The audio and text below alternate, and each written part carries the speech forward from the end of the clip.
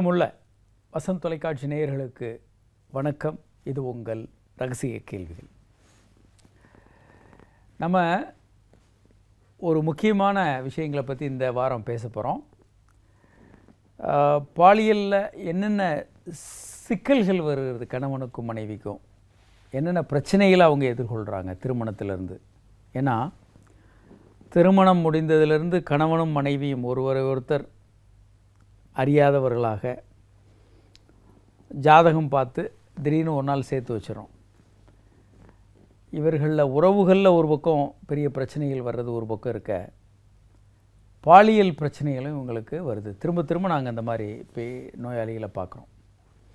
சமீபத்தில் ஒரு ஆணும் பெண்ணும் நிறைய பிரச்சனைகள், தாம்பத்திய உறவு இல்லை, சண்டைகள் போடுறாங்க. ஆனால் அதனுடைய அடிப்படை என்னன்னு பார்த்தா பாலியல் பிரச்சனைகள் அவங்களுக்கு இருக்குது. குறிப்பாக அந்த பெண்ணுக்கு வெஜைனிஸ்மஸ் இருக்குது.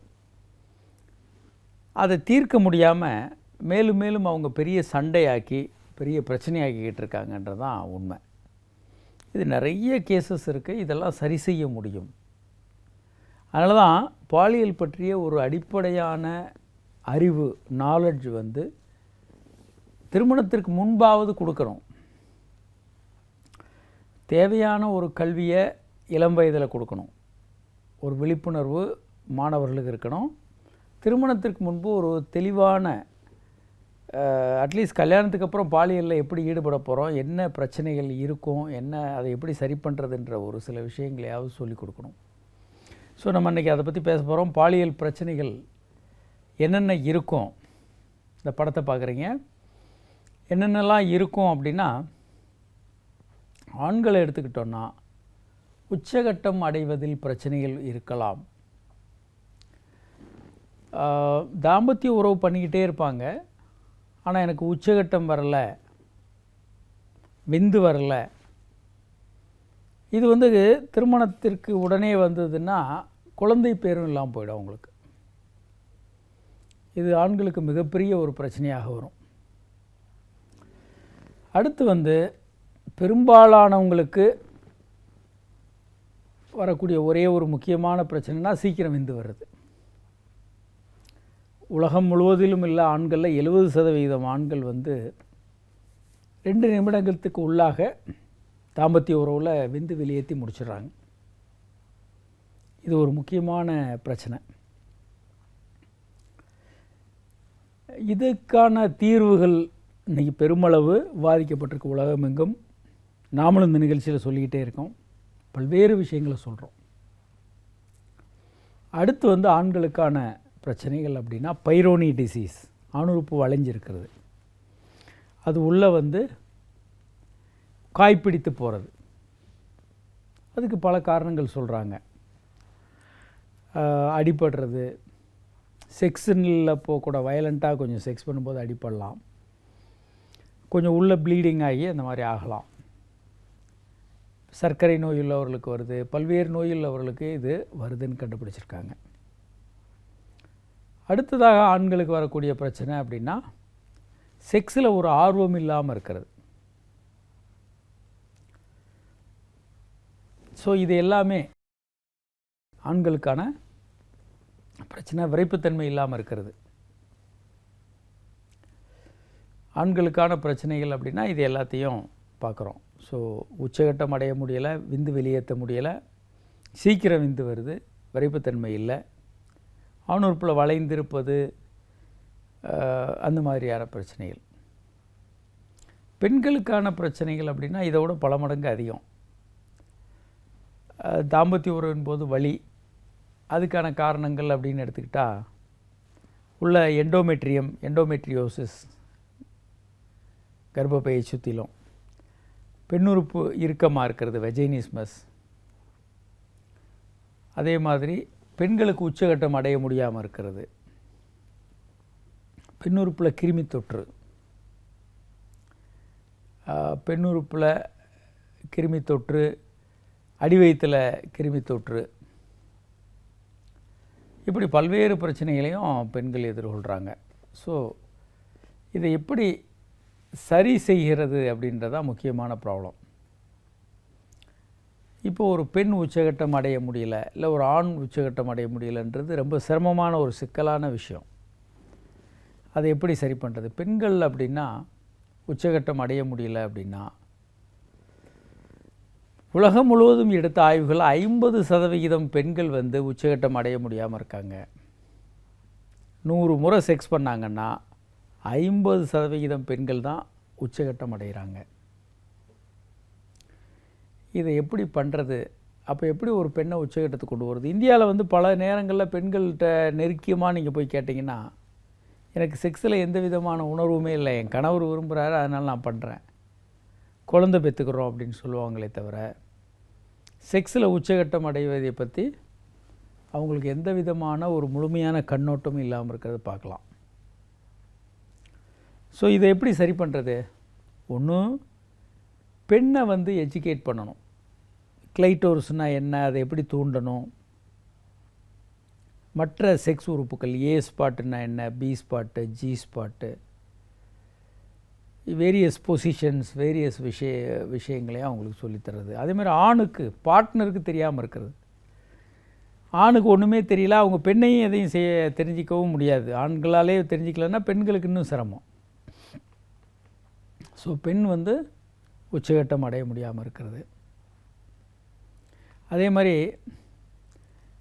இவர்களுக்கு பல்வேறு விஷயங்களை சொல்லித்தர்றது, தேவைன்னா வைப்ரேட்டர் கொடுக்குறது. என்ன சொல்லி கொடுத்தும் செக்ஸ் பண்ணியும் ஒரு பெண் உச்சகட்டம் அடைய முடியாமல் இருக்கலாம், ஒரு ஆணுக்கு விந்து வர முடியாமல் உச்சகட்டம் அடைந்து விந்து வராமல் இருக்கலாம்.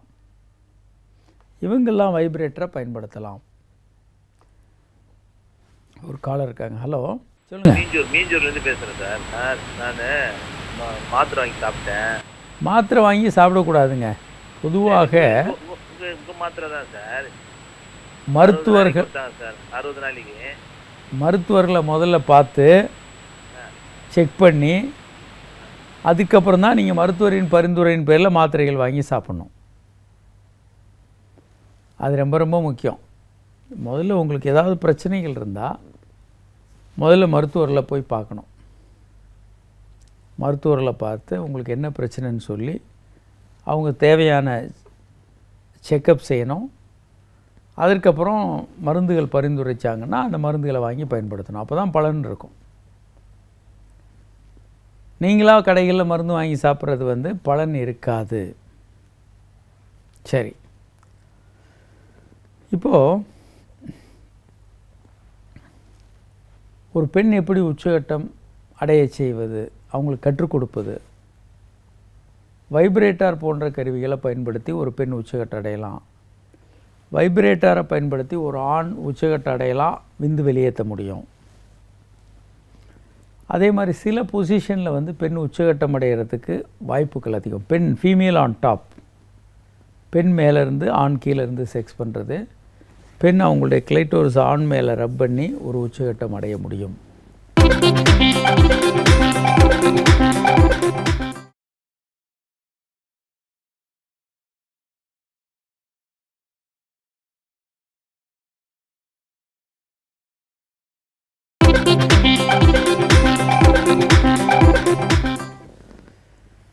சரி, இப்போ ஒரு பெண்ணுக்கு செக்ஸில் ஈடுபட முடியல, பெண்ணுறுப்பு ரொம்ப டைட்டாக இருந்ததுன்னா இந்த மாதிரியான கருவிகள், வெஜைனல் டைலேட்டார்னு பேர், இந்த கருவிகளை பயன்படுத்தி பெண்ணுறுப்பை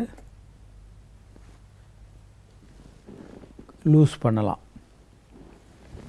வெஜைனிஸ்மஸ் சரி பண்ணக்கூடிய பல்வேறு கருவிகளை நம்ம பார்க்குறோம். ஸோ மேனுவல் டைலேட்டார், ஹெகஸ் டைலேட்டார், இப்படி பல்வேறு கருவிகள் இருக்குது. அடுத்து எண்டோமெட்ரியோசிஸ், பெண்களுக்கு வலி ஏற்படுத்தக்கூடிய விஷயம் அப்படின்னா இந்த படத்தில் நம்ம பார்க்குறோம். கர்ப்பப்பையினுடைய உட்சுவரில் இருக்கக்கூடிய எண்டோமெட்ரியம் வேறு வேறு இடங்கள்லேருந்து அதிலிருந்து ப்ளீடிங் அந்த இடத்துல ரத்தம் தேங்க ஆரம்பிச்சிடும்.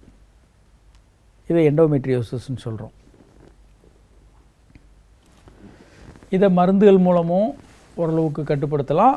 அதை தவிர அறுவை சிகிச்சைகள் மூலமாக அந்த எண்டோமெட்ரியல் டிஷ்யூக்களை நீக்க முடியும். இப்போ எண்டோமெட்ரியோசிஸ் எப்படி இருக்கும், என்னென்ன அதில் ஒரு அறிகுறிகள் பெண்களுக்கு இருக்கும். செக்ஸ் பண்ணும்போது அடி வயிற்றில் ஆழமான வலி இருக்கும். தீட்டு வரும்போது வலி இருக்கும். ஒரு காலர். ஹலோ. வணக்கம் சார். வணக்கம். யார் எங்கேருந்து பேசுகிறீங்க? சார் சென்னையில் மாதம் சார். சொல்லுங்கள் சார். குழந்தை பிறந்து 9 மந்த்தாக வருது சார். சரி. இப்போ வந்து 2 மந்த்தாக வந்து ஒரு சைடு மாதல பால் கொடுக்காமே இருக்காங்க. இப்போ வந்து திடீர்னு பால் கொடுக்கலாங்களா? அது கொடுக்காம விட்டா ஏதாவது பிரச்சனை வருமா சார்? கொடுக்கலாங்க, ஒன்றும் பிரச்சனை வராது. ஏன்னா 2 மந்த்தாக எதுவுமே பால் கொடுக்கவே இல்லைங்க சார். ஏன்னா அது ஃபஸ்ட்டு பால் வரல அப்படின்ட்டு விட்டாங்க. லாக்டோஸ் என்ன எழுதி கொடுத்தாங்க டாக்டர், அதனால் கொடுத்துருக்கோம். சரி. இப்போ பார்த்தீங்கன்னா பால் வருது, அதனால் கொடுக்கலாமா? இப்போ ஏதாவது குழந்தைக்கு கண்டிப்பாக கொடுக்கலாம், எந்த பிரச்சனையும் வராது. அது புளிச்சு போயிடும் அப்படின்னு சொல்லிட்டு அவங்க தப்பு, உண்மை இல்லை. கொடுக்கலாம். சரி. அதனால் எந்த தீமையும் இல்லை. அதை பண்ண சொல்லுங்கள். ரெகுலராக அவங்கள பால் கொடுக்க சொல்லுங்கள் குழந்தைக்கு. சரி. தாய்ப்பால் குடிக்கிற குழந்தைகள் தான் ஆரோக்கியமாக இருக்கும். அதில் வந்து நோய் எதிர்ப்பு சக்தி இருக்கும். அதை நீங்கள் அவங்க தைரியமாக பயன்படுத்தலாம், ஒன்றும் பிரச்சனை இல்லை. சரி. நன்றி. இப்போது பெண்களுக்கு வந்து தாம்பத்திய உறவில் கடுமையான வலி இருக்கும். அடி வயிற்றில் வலி இருக்கும். நடக்கும்போது கூட வலிக்கலாம். இந்த எண்டோமெட்ரியோசிஸ் இருக்கிற பெண்களுக்கு நடக்கும்போது கூட கடுமையான வலி இருக்கலாம். லேப்ரோஸ்கோப் அறுவை சிகிச்சை மூலமாக அந்த டிஷ்யூக்களை கொஞ்சம் கொஞ்சமாக எடுத்துடலாம். இதில் சில நேரங்களில் நம்ம இந்த நிகழ்ச்சியில் ஒரு முறை சொல்லியிருக்கோம், பெர்சிஸ்டன்ட் அரௌசல் சிண்ட்ரோம்னு. ஒரு பெண்ணுக்கு வந்து சும்மா சின்ன சின்ன அதிர்ச்சிகள் கூட உச்சகட்டத்துக்கு கொண்டு போகிற மாதிரி இந்த நிகழ்ச்சியில் சொல்லியிருக்கோம். அது ஒரு நியூசன்ஸ் தான். ஏன்னா அவங்க வேறு வேலை பார்த்துட்டு இருப்பாங்க. அது இந்த நேரம் ஒரு சின்ன அதிர்வு ஏற்பட்டால் உச்சகட்டத்துக்கு வந்துடுவாங்க, கிளைமேக்ஸ். அது வந்து ஒரு நியூசன்ஸ் மாதிரி தான் இருக்கும். Persistent sexual அரௌசல் syndrome, boys. அதே மாதிரி செக்ஸ் உறுப்புகளை சுற்றி ஒரு விதமான டிங்லிங் சென்சேஷன் இருக்குது. ஒரு விதமான செக்ஸ் இருந்துக்கிட்டே, செக்ஸ் உணர்வு இருந்துக்கிட்டே இருக்குது. இந்த செக்ஸ் உணர்வு வந்து அவங்க உச்சகட்டம் அடைந்தாலும் போக மாட்டேங்குது, திரும்ப திரும்ப வந்துக்கிட்டே இருக்குது. உச்சகட்டம் அடைந்த பிறகு செக்ஸ் உணர்வு வர்றது பாய்ஸ்ன்னு சொல்கிறோம். ஒரு காலர் இருக்காங்க. ஹலோ. ஹலோ, வணக்கம் சார். வணக்கம். யார் எங்கேருந்து பேசுகிறீங்க? மதுரையிலேருந்து அப்துல் காதர் சார். சொல்லுங்கள் அப்துல். ஓகே சார், உங்களுடைய ப்ரோக்ராம் வெரி அமேசிங் சார். ஒரு நல்ல அவேர்னஸ் ப்ரோக்ராம் நடத்திக்கிட்டு வரீங்க, வாழ்த்துக்கள். ரொம்ப நன்றிங்க, ரொம்ப நன்றி. சொல்லுங்கள் சார். சார், என்னுடைய டவுட் இருந்தா, இப்போ வந்து இப்போ உடலுறவு வந்து இன்டர்க்ளோஸ் பண்ணி நம்ம உடலுறவு பண்ணிக்கிட்டு இருக்கும்போது இப்போ ஆண்களுக்கு வந்து செமன் வெளியாயிட்டா உச்சகட்டம் அடைஞ்சு பார்த்த ஒரு நிலை வந்துருக்கு. இதே வந்து பெண்களுக்கு வந்து இப்போ வந்து தொடர்ச்சியாக நமக்கு செமன் வெளியேறதுக்கு முன்னாடி வந்து அவங்களுக்கு ஒரு மினிமம் ஒரு 20 மினிட், ஒரு 15 மினிட், ஒரு 15 நிமிஷம் கண்டினியூவாக பண்ணும்போது அவங்க வந்து அதிகபட்சமாக எத்தனை முறை வந்து அவங்க உச்சகட்டம் அடைய முடியும்? ஒரு தடவை அடைஞ்சிட அவங்களுக்கு தெரிஞ்சாருமா, இல்லை வந்து 2 முறை, 3 முறை, 4 முறை இந்த மாதிரி அவங்களுக்கு அடையிறதுக்கு உண்டான வாய்ப்புகள் தெரியுமா? 2-3 முறை அடைய ஒரு பெண் எளிமையாக பண்ண முடியும். அதில் பழக்கம் இருந்தால் தான் அவங்க அப்படி பண்ண முடியும். பொதுவாக பெண்கள் ஒரு முறை கூட உச்சகட்டம் அடையிறதில்ல. ஆனால் ஒரு பழக்கம் இருக்குது அவங்களுக்கு, அப்படி அதை அவங்க விரும்புகிறாங்கன்னா பல முறை உச்சகட்டத்துக்கு போகலாம். சொல்லுங்கள். அதாவது வந்து இப்போ உங்கள் ப்ரோக்ராமில் வந்து அதாவது பெண்கள் வந்து உச்சக்கட்டம் அடையிறதுக்கு ஒரு சில சிம்டம்ஸ், அதாவது டிப்ஸ் சொல்லியிருக்கீங்க. அதாவது பெண் உறுப்பை வந்து சுருக்கி அவங்க பரமத்த நிலை அடைவாங்க. அப்புறம் ஒரு சில இது சொல்ல மாட்டேன். இப்போ நான் வந்து என்னுடைய ஒய்ஃபோட ஃபிக்ஸ் பண்ணிக்கிட்டு இருக்கும்போது இப்போ ஒரு 15 நிமிஷம், ஒரு 20 நிமிஷம் பண்ணுறோம் அப்படின்னா ஒரு 5 நாளில் வந்து ஜிக்கு வந்து அந்த மாதிரி ஒரு பரவச நிலை அடையிறது என்னால் பார்க்க முடியுது. அப்புறம் மறுபடியும் கண்டினியூ பண்ணும்போது திரும்ப அதே மாதிரி பரவச நிலை அடையிறதை பார்க்க முடியுது. இப்படி ஒரு 2-3 முறை அவங்க வந்து அந்த மாதிரி அவங்க வந்து சின்ன ஒரு சுருக்கி விரிகிறது, இதை வந்து என்னால் ஒட்டுற முடியுது. ஆனால் நான் அவங்கள்ட்ட கேட்கும் போது எப்படி என்ன பண்ணேன், இல்லை நீங்கள் பண்ண எனக்கு கண்டினியூவாக வந்து நல்லா இருக்குது அப்படிங்கிற மாதிரி சொன்னாங்க. அதை நான் வந்து எப்படி கேட்குறேன்னா, ஒரு பெண் வந்து அதிகபட்சமாக வந்து ஒரு இன்டர்க்ளோஸ் பண்ணி வந்து ஒரு செக்ஸ் பண்ணும்போது எத்தனை முறை அந்த மாதிரி அவங்க வந்து உச்சகட்டம் அடைய முடியும்? 3-4 முறை அடைய முடியும். முடியுமா? இல்லை வந்து 3-4 முறையும் அடைய முடியும். ஒன்றும் அதில் வித்தியாசம் இல்லை, பண்ண ஆகலாம், ஒன்றும் பிரச்சனை இல்லை. மல்டிபிள் ஆர்கசம் பெண்களுக்கு ஈஸியாக சாத்தியம்தான்.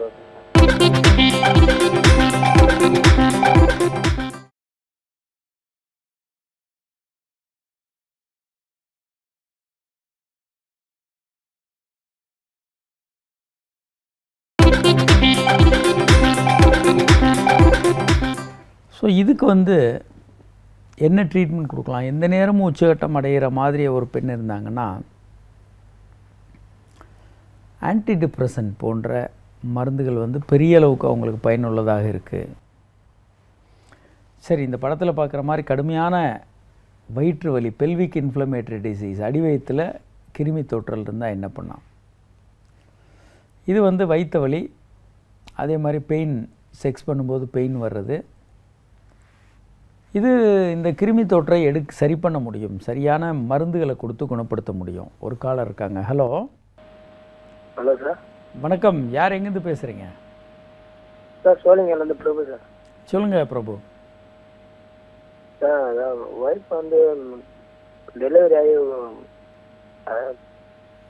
முடிஞ்சதுலேருந்து பண்ணும்போது வலிக்குதுன்றாங்க. என்ன காரணம் சார்?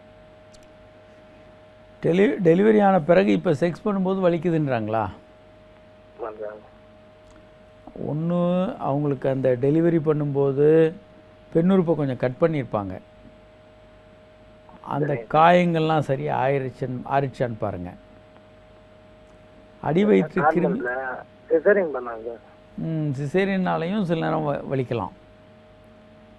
சிசேரியன் பண்ணும்போது அந்த பெயின் அடி வயிற்றில் தையல் போட்ட இடத்துல மற்ற இடங்களில் கொஞ்சம் பெயின் இருக்கலாம். ஆமாம் சார். கிருமி தொற்று இருக்கலாம் பெண்ணுறுப்பில். ஆமாம் சார். உறுப்புலேயே வலி எரியுதுன்றாங்க. நீங்கள் ஒரு மருத்துவத்தை கூட்டு போய் மருந்துகள் வாங்கி கொடுங்க. சரி, செக் பண்ணி. அதில் எதுவும் ப்ராப்ளம் இருக்கா? மருத்துவத்தை கூட்டு போய் மருந்துகள் வாங்கி கொடுங்க. ஆன்டிபயோட்டிக்ஸ் முக்கியமாக இந்த படத்தில் அதான் சொல்லிகிட்ருக்கோம். அடி வயிற்றில் வயிறு வலி இருக்கலாம், செக்ஸ் பண்ணும்போது பிரச்சனைகள் இருக்கலாம்.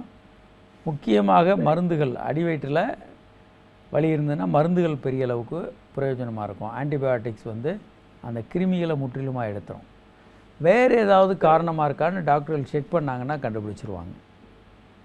சரி, முற்றிலுமாக சரி பண்ணலாம், கவலைப்படாதீங்க. பெண்ணுறுப்பில் பெண்களுக்கு ஏதாவது அந்த பர்த்தோலின் கிளாண்டுன்னு வீங்கி இருக்கலாம், பெண்ணுறுப்பை சுற்றி காயம் இல்லை வீக்கம் இருக்கலாம், வெஜைனைட்டிஸ்ன்னு பேர். அது எரிச்சல் இருக்கும், சிவப்பாக இருக்கும், அரிப்பு இருக்கும், எரிச்சல் இருக்கும், இந்த மாதிரி இருக்கலாம். இது மருந்துகள் கொடுத்து சரி பண்ண முடியும். சில நேரங்களில் ஆன்டிபயோட்டிக் தேவைப்படும். ஸோ இப்போது சில விஷயங்கள் நம்ம என்ன பார்க்குறோன்னா, ஒரு பெண் உச்சகட்டம் அடைய முடியலன்னா என்னென்ன பண்ணணும், அதே மாதிரி பெயின்ஃபுல்லாக செக்ஸ் பண்ணும்போது ரொம்ப வலி இருந்தால் என்ன பண்ணணும், அடிவயிற்றில் ஆழமாக பெயின் இருந்தால் என்னென்ன காரணங்கள், இதெல்லாம் நம்ம பேசியிருக்கோம். ஒரு காலர் பார்ப்போம். ஹலோ. வணக்கம் சார். வணக்கம். யார் எங்கேருந்து பேசுகிறீங்க? நான் ஆரஞ்சிலேருந்து பேசுகிறோம் சார். சொல்லுங்கள் சார். Okay, above 50 age. சொல்லுங்கள் சார். பசங்க 2 பையன் இருக்காங்க. Okay okay sir. ஆனால் இதில் இன்வால்மெண்ட் இல்லைன்ற மாதிரி கொஞ்சம் தோணுது. உங்களுக்கா ஒய்ஃபுக்கா? எனக்கு தான் ஃபஸ்ட்டுன்னு சொல்லணும். பட் அவங்களே நானே தொந்தரவு பண்ணுறதில்லை அப்படின்னு வச்சுங்களேன். சரி, அதை பற்றி ஏதாவது இப்போ டிஃபால்ட் ஏதாவது இருக்குங்களா நமக்கு ஹெல்த் கண்டிஷன்ஸில்? விரைப்புத்தன்மை நல்லா வருதா? அது அது எண்ணமே இல்லைன்ற மாதிரி இருக்குது சார். அப்படி இருந்தால் நீங்கள் செக் பண்ணிக்கிறதா நல்லதுங்க. அதாவது பொதுவாக ரெகுலராக செக்ஸ் வைக்கிறது நல்லதுங்க. உங்களுக்கு ஒன்று கேன்சர் வர்றது வாய்ப்பு குறையும், ஹார்ட் அட்டாக் வர்ற வாய்ப்பு 50% குறையுது, பாடியினுடைய எதிர்ப்பு சக்தி, நோய் எதிர்ப்பு சக்தி அதிகமாக, இப்படி பல நன்மைகள் இருக்குது. எனக்கு வீசிங் ப்ராப்ளம் இருக்குங்க. ஈவன் வீசிங்கே இம்ப்ரூவ் ஆகும். ஓஹோ, அப்படிங்களா? ரைட்டு. பட் சுகரு அது இதெல்லாம் ஒன்றும் கிடையாதுங்க. பிபி சுகர் அதெல்லாம் ஒன்றும் கிடையாதுங்க, நார்மலாக இருக்குங்க. சரி சரி சரி. இந்த டஸ்ட் அலர்ஜியில் தான் எனக்கு வீசிங் இருக்குதுன்றது என்னுடைய தோற்றம். அதுக்கான டேப்லெட்ஸ் எடுத்துட்டு இருக்கேன். அது ஒரு பக்கம் எடுத்துக்கோங்க. நீங்கள் செக்ஸ் பிரச்சனையை சரி பண்ணிக்கோங்க. ரெகுலராக வாழ்நாள் முழுவதும் செக்ஸ் வச்சுக்கோங்கன்றோம் நாங்கள். ஓஹோ, அப்படிங்களா? செக்ஸ் உடம்புக்கு நல்லது. அதான் அவங்களும் வேணான்ற மாதிரி தோணுது. எனக்கும் சரி என்னத்துக்கு அவ்வளோ தொந்தரவு பண்ணணும்னு கம்னு நானும் கேர் பண்ணுறது இல்லைங்க. அது நல்லது இல்லைங்க. 2 பேரும் நெருக்கமாக இருக்கிறது தான் உங்களுக்கும் நல்லது, உங்கள் குழந்தைகளுக்குமே நல்லது. அப்படிங்களா? ரைட்டோ சார். ரொம்ப நன்றி உங்ககிட்ட பேசுனதுக்கு. நன்றி. Okay sir, thanks. இப்போது சில நேரங்களில் செக்ஸ் பற்றி திங்க் பண்ணும்போது பயம் வரும். பெண்கள் வந்து திருமணத்திற்கு அப்புறம் கணவனை பக்கத்திலே நெருங்க விடாமல் வெறுப்போடு இருக்கலாம். Aversion disorder. ஒரு காலர் இருக்காங்க. ஹலோ. இல்லை என் பேர் குமார் டாக்டர். நான் பெங்களூர்லேருந்து பேசுகிறேன். சொல்லுங்கள் டாக்டர். எனக்கு கல்யாணமாகி 2 வருஷம் ஆச்சு டாக்டர். இன்னும் குழந்தை இல்லை. ம் லாஸ்ட் 1 இயராக நான் ட்ரீட்மெண்ட் எடுத்துட்டு இருக்கேன். அது பார்த்தீங்கன்னா ட்ரீட்மெண்ட் எடுத்து பார்த்தீங்கன்னா ஸ்பெர்ம் கவுண்ட் வந்து 30 மில்லியன் இருக்கு. ம் மொட்டிலிட்டி வந்து 15 to 20% இருக்கு.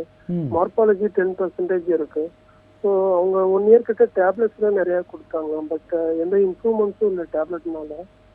ஸோ அதுக்கடுத்து ஸ்கேன் பண்ண சொன்னாங்க, ஸ்க்ராட்டம் டாப்லர்னு சொல்லிட்டு. சரி. வெரிகோசீல்னு சொல்லிட்டு ஒன்று இருக்கு. இப்போ அதுக்கு சர்ஜரி பண்ணலாமா இல்லாட்டி ஐயுஎஸ் மாதிரி பண்ணலாமா? ஐயுஐ பண்ணால் அதுக்கு எவ்வளோ சக்ஸஸ் ரேட் இருக்கு? வேரிகோசில் சிவியராக இருக்குது, ரீஃப்ளக்ஸ்ன்னு இருந்தால் பண்ணுங்க. மைல்டாக இருந்தால் பண்ண வேண்டாம். மைல்டு பண்ண வேண்டாம். ஐயுஐ போகணும். அடுத்த லெவல் நீங்கள் ஐயுஐ போங்க.